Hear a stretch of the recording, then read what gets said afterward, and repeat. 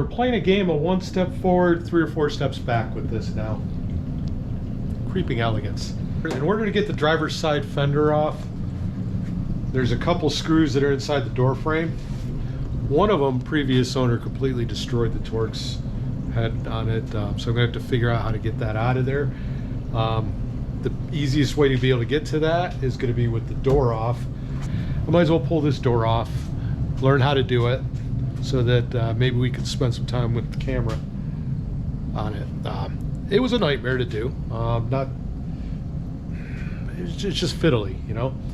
But in the process, I was trying to figure out how to get the door limiter disconnected. I was going to try to unbolt it from the body, but it felt like they were just turning. Couldn't really get to them. Pulled the inside trim, pulled the carpet back. Notice the carpet's wet. And I've got a pond inside there, and it stinks. The next step, I'm going to remove the interior, get that carpet out of here so it can dry, because it's starting to stink. Let's find out together. First things first, I got to pull the passenger seat, then we'll pull the driver's seat, center console, get the rest of the trim out, and then get the carpet out. It's got to happen anyway, and that's the whole thing. It's got to happen. Yeah, I'm not working on the things I want to work on necessarily, but I'm working on the things that need to get worked on.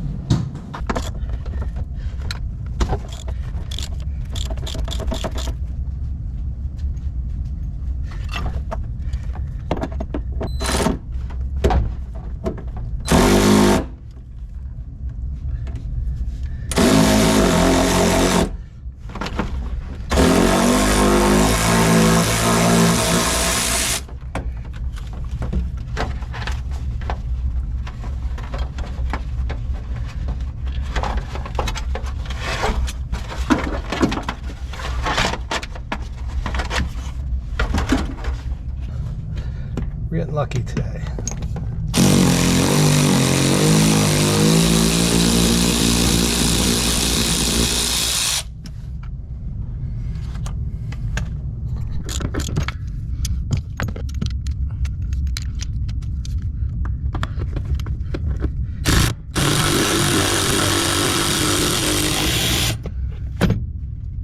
That's faster.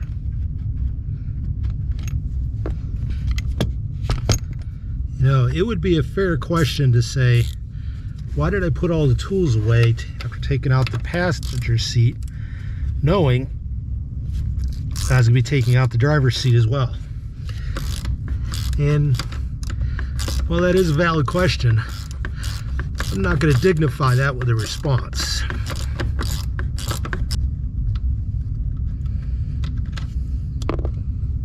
I'm not exactly sure why, but there seems to be less room on the driver's side. Either that or I got a lot fatter in the last couple minutes.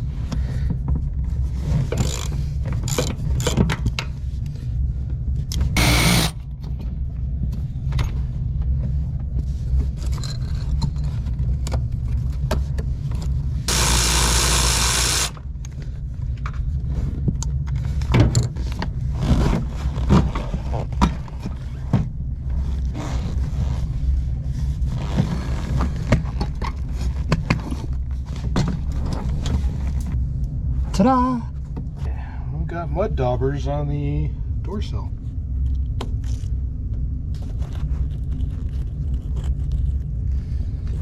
Under the trim.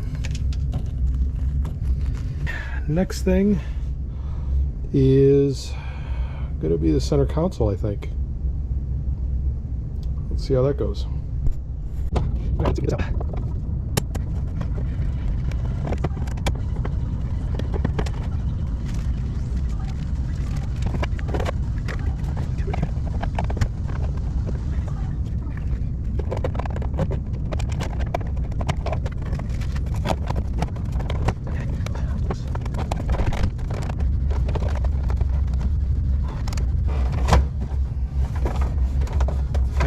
This works. I'm going to do some problem solving.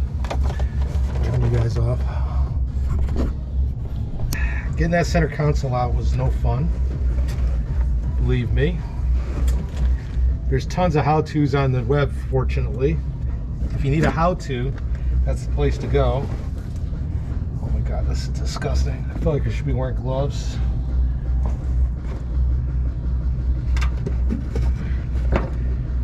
Hoping that I can clean it. We'll see. Holding it down here.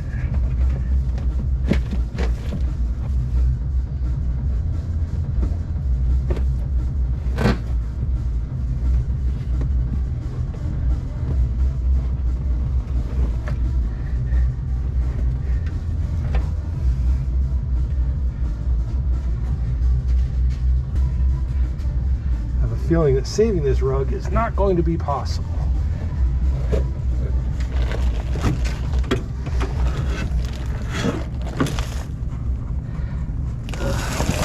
Gross.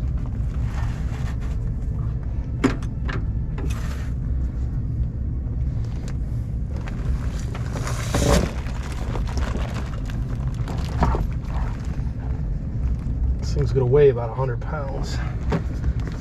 More.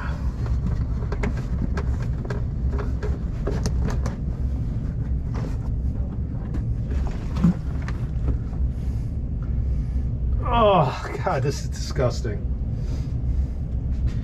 How do we get it out from underneath there?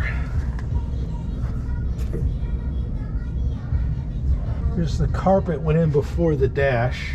Wonderful.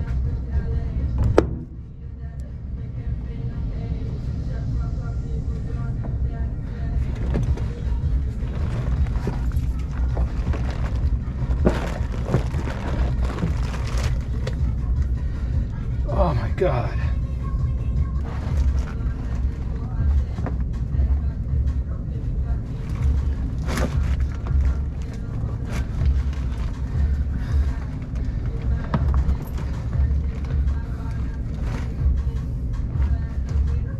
Cut that one spot maybe.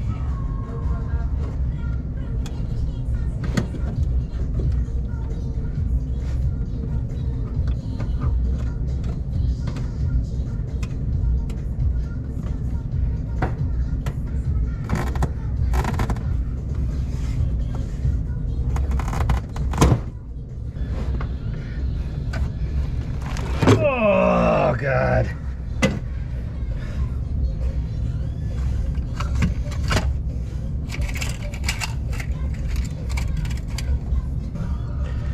All right, new plan. No patience.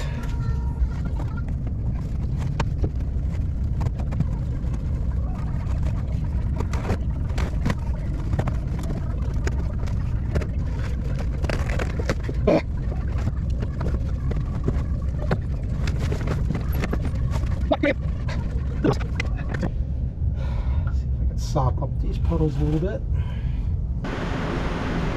We'll see about letting this dry overnight. Leave the fan on it. See what happens. Good morning. It's time to catch you up on where we really are. Things have just gotten out of hand the past couple days. So the plan was to keep the truck as whole as possible, pull the transmission out of it, and rebuild that, put it back in and make sure the transmission works. In order to enable that, I was pulling the front and rear bumpers off. While doing those things, I found two other problems. Being able to stop and fix is critical to problem solving. And it takes time, but it saves time in the end. It saves a lot of effort and it saves a lot of resources. Two unsafe conditions were found. The fuel system was leaking and the interior was full of water, probably from the pressure washing that I did. Anyway, plan's still possible, and it's going to be a lot easier because of the changes. I have to admit that. I don't have to work around things. I don't have to deal with the smells. I can see what's really going on around me. The fuel tank in the interior had to come out anyway. It's a shame I decided to ruin the carpet last night. I was frustrated. It was disgusting. I mean, the smell was ridiculous.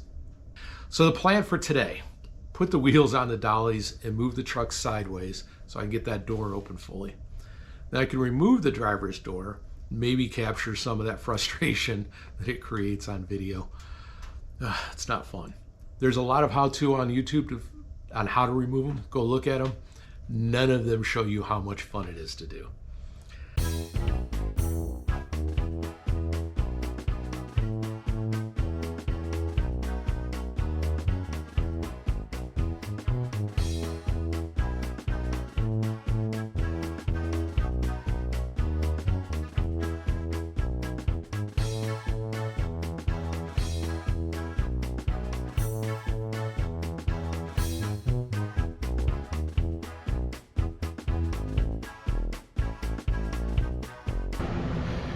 Okay, I did forget one critical step, big surprise.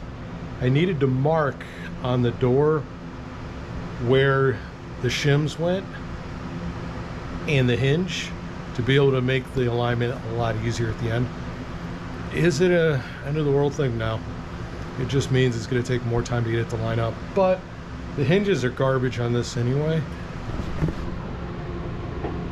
All that rattle is what causes the door to sag on Jeeps, on the XJs and the MJs. And so I got to do a pin replacement and things anyway, so in the end, not a big deal.